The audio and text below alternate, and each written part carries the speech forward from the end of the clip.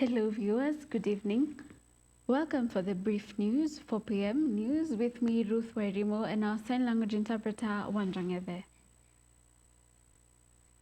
On our first news, the Kenya Pipeline Company, KPC Foundation, has signed a Memorandum of Understanding with the National Council for Persons with Disabilities, NCPWD, to significantly expand its education, mentorship, and inclusion programs for learners with disabilities across the country. The new pact formalizes years of working together and launches an expanded phase for the Foundation's flagship initiative, the Inuka Scholarship Programme. The Inuka Scholarship Programme, launched in 2017, offers fully funded secondary and tertiary scholarships to bright, needy students with disabilities drawn from all 47 counties.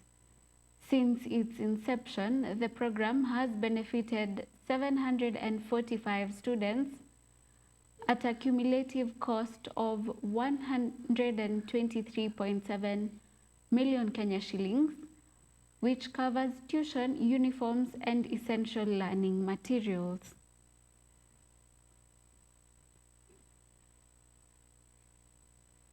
And moving on, the government has disbursed 880,000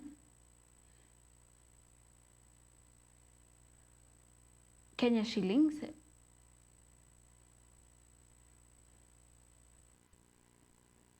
to support vulnerable households across the country under the flagship Inua Jamii initiative. The funds, released through the Ministry of Gender, Culture and Children Services via the State Department for Children Services, are specifically designated for the cash transfer for orphans and vulnerable children CTOVC program. A total of 440,020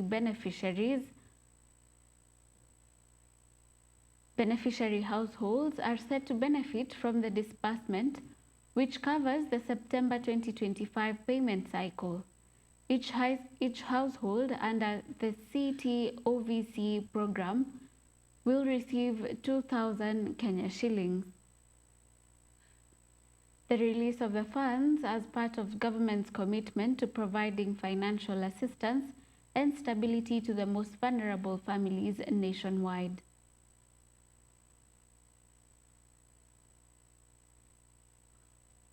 And moving on, Kennedy Kalombotole, a suspect linked to 2 murders at the Kenyatta National Hospital, is scheduled to undergo a fresh mental health evaluation following a directive issued by the High Court sitting in Kibera.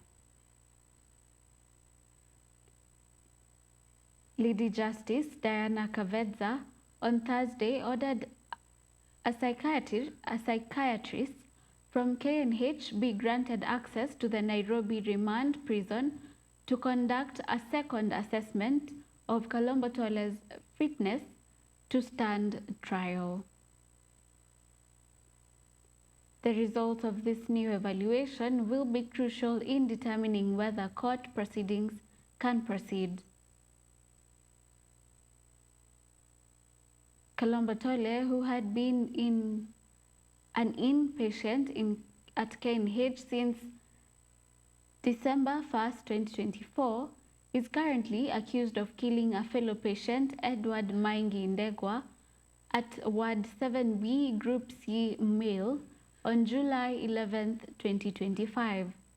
The High Court ruling aims to establish his current mental health capacity ahead of the formal trial.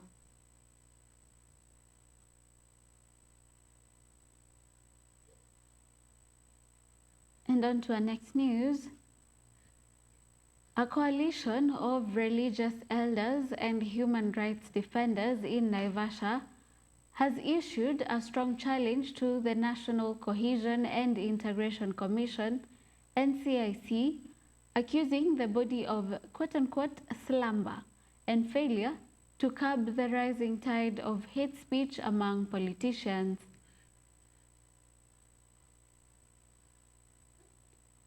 The leaders expressed deep frustration with the Commission, criticizing its inaction despite what they term a worrying surge in inflammatory rhetoric from political figures over the last few months. During a press briefing, the activists specifically singled out two county chiefs, Governor Gladys Wanga, Homa Bay, and Mutahi Kahiga, Nyeri, citing that their recent utterances as deeply concerning and a recipe for chaos.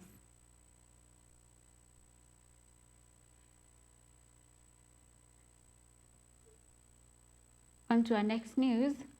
Kenya has strongly reiterated its commitment to transforming agriculture into a competitive, profitable, and technology-driven enterprise, cementing its role as the backbone of the country's economic transformation.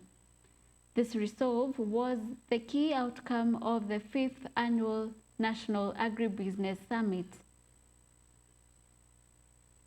Held under the theme, quote-unquote, from promise to action, advancing agribusiness through dialogue and innovation, the high-level summit served as a strategic platform to move policy and innovation forward. The event brought together a diverse group of key stakeholders, including representatives from the government, the private sector, academia, farmers' organizations, and development partners. The focus of the deliberations was on accelerating agricultural modernization.